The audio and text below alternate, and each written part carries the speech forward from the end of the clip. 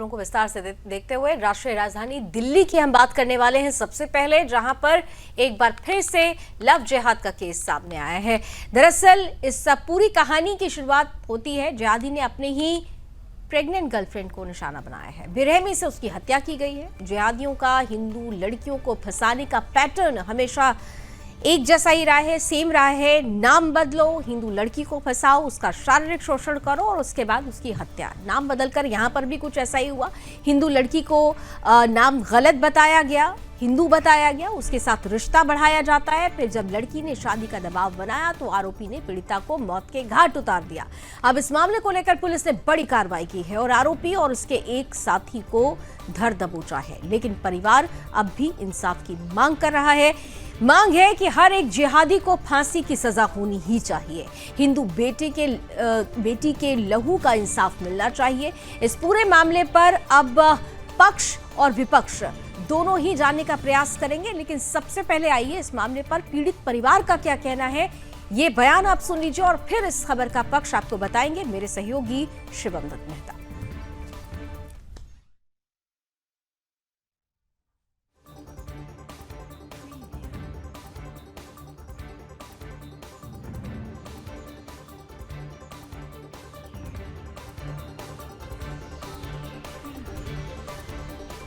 धन्यवाद। आप यहाँ पर प्रतिक्रिया मैं बताता हूँ दर्शकों, आप जान लीजिए पक्ष क्या कहता है खबर का। अब जब हम आपको इस पूरी खबर के पक्ष के बारे में बता ही रहे हैं तो सबसे पहले आपको बता दें कि इस पूरे मामले पर अब पीड़ित परिवार लगातार न्याय की गुहार लगा रहा है।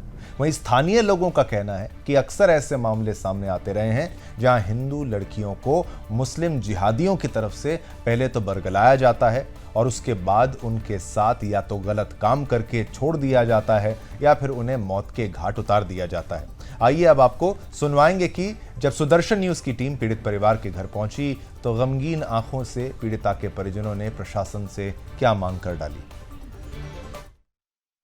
हमारे साथ बात करने के लिए लड़की की मां है, उनसे बात करते हैं और जानते हैं कि आखिर इनकी बेटी जो थी कब से गायब थी, कब इनको खबर मिला। क्या नाम है आपका? रंजना देवी। ये बताइए कि कब आपकी बेटी गायब हुई थी, कब आपको खबर मिला था कि आपकी बेटी गायब है और कब पता चला कि उसकी मौत हो गई है?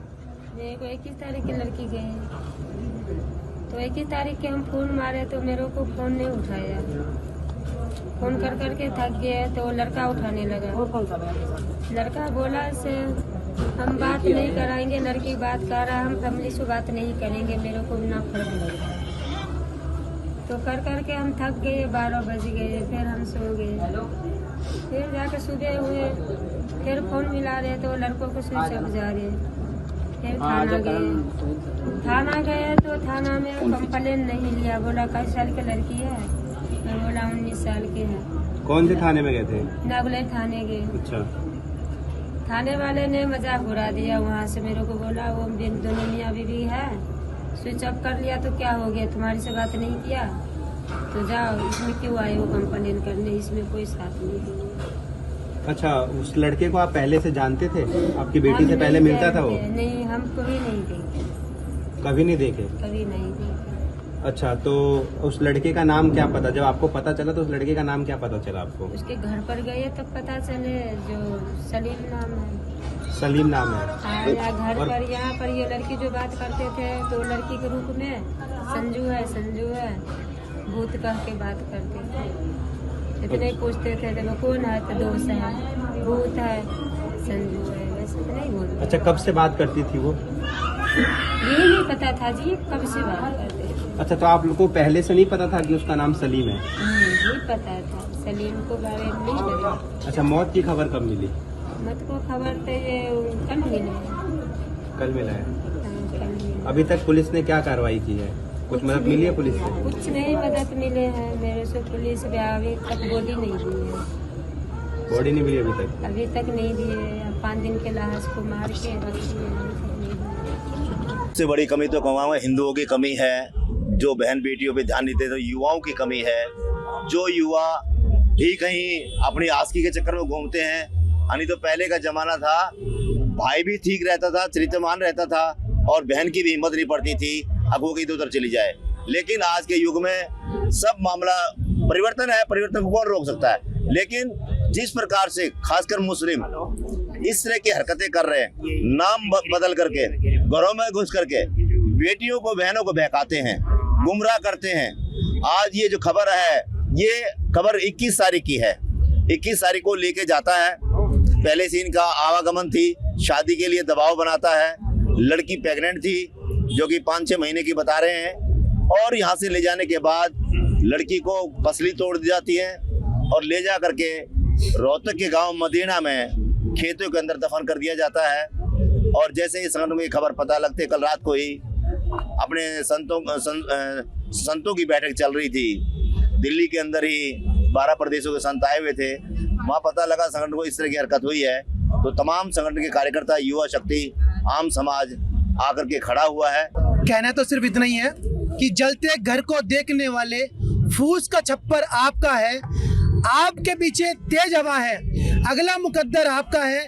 उसकी मौत पर मैं चुप था, मेरा नंबर अब आया, मेरी मुझ पर तुम चुप हो, अगला नंबर आपका है। आपने देखा नांगलोई के अंदर पिछले साल भर के अंदर 809 केस जो दर्ज हुए हैं, छोटी बच्चियों के बलात्कार के, उनके रेप के, उनके मर्डर के, और करने वाला सिर्फ एक और एक मुस्लिम, और जो पीड़ित थी वो हिंदू। ये एक टारगेट बेस्ड तरीके से निहाल विहार थाने में, नांगलोई थाने में, सुल्तानपुर थाने में, मंगोलपुर थाने में निरंतर हिंदू बच्चों को शिकार बनाया जा रहा है। कि ये करवा चौथ वाले दिन की बात है, क्योंकि ये संजू बन के रह रहा था, बात संजू करके हिंदू। करवा चौथ वाले दिन इसने इसको तैयार करा, घुमाने के बहाने से ले गया, ये इसको कारलिनों ने घुमाने के बहाने से ले गया।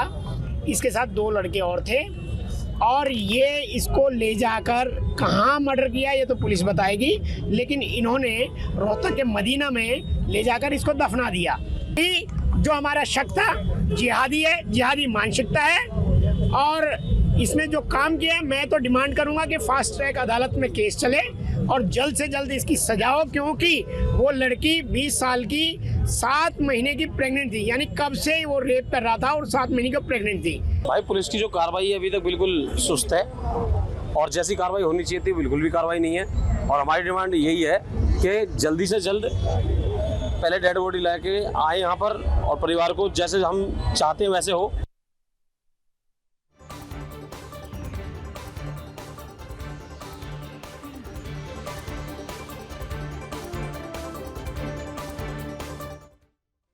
पीड़ित परिवार के लोगों की प्रतिक्रियाएं सुनी, किस तरह से वो आरोप लगा रहे हैं, लेकिन अब विपक्ष को जानते हैं। इस खबर के विपक्ष को समझने के लिए सबसे पहले आरोपी के डर्टी माइंड की स्ट्रैटेजी को समझ लेते हैं, जिसके दम पर उसने इस जघन्य अपराध को अंजाम दिया है। कुछ ग्राफिक्स आपको दिखाते हैं, उस ग्राफिक्स के जरिए हम आपको समझाएंगे। दरअसल पीड़िता जहां दिल्ली की रहने वाली है, तो वहीं आरोपी भी नागलोई इलाके का ही रहने वाला बताया जा रहा है। उसने इस पूरे कांड को हरियाणा के रोहतक में जाकर अंजाम दिया, जिसके बाद पुलिस की तफ्तीश के बाद मृतिका का शव खेत में गड्ढे में मिला है।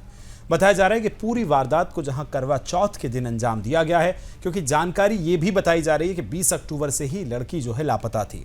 मगर इस खबर का विपक्ष तो सिर्फ यही है कि समाज आखिरकार इतनी सारी घटनाओं के बाद भी सचेत क्यों नहीं होता है। मेरा अब्दुल ऐसा नहीं है कहने वाले लोगों को अब ये समझना होगा, और उन बच्चियों को भी, उन लड़कियों को भी इन खबरों पर ध्यान देने की ज़रूरत है कि क्या समाज हमेशा इंतज़ार करता रहता है। ये भी एक बड़ा सोचने वाला सवाल है। कभी श्रद्धा तो कभी सोनी के साथ इस तरह की घटनाएं हमें सामने आती हैं, और आखिर हम क्यों इंतज़ार कर रहे हैं। अब तो हमें एक्शन लेना पड़ेगा। ये खुद एक बड़ी परेशानी का विषय है, और हिंदू बहन बेटियों को इस पर ध्यान देने की ज़रूरत भी है। सुदर्शन न्यूज़ हमेशा से ही अपने दर्शकों को सचेत करता आया है, और आगे भी करता रहेगा कि हर एक बेटी को जिहादी की नज़र से बचाना होगा, क्योंकि ये पैटर्न लगभग हर जगह एक सा है।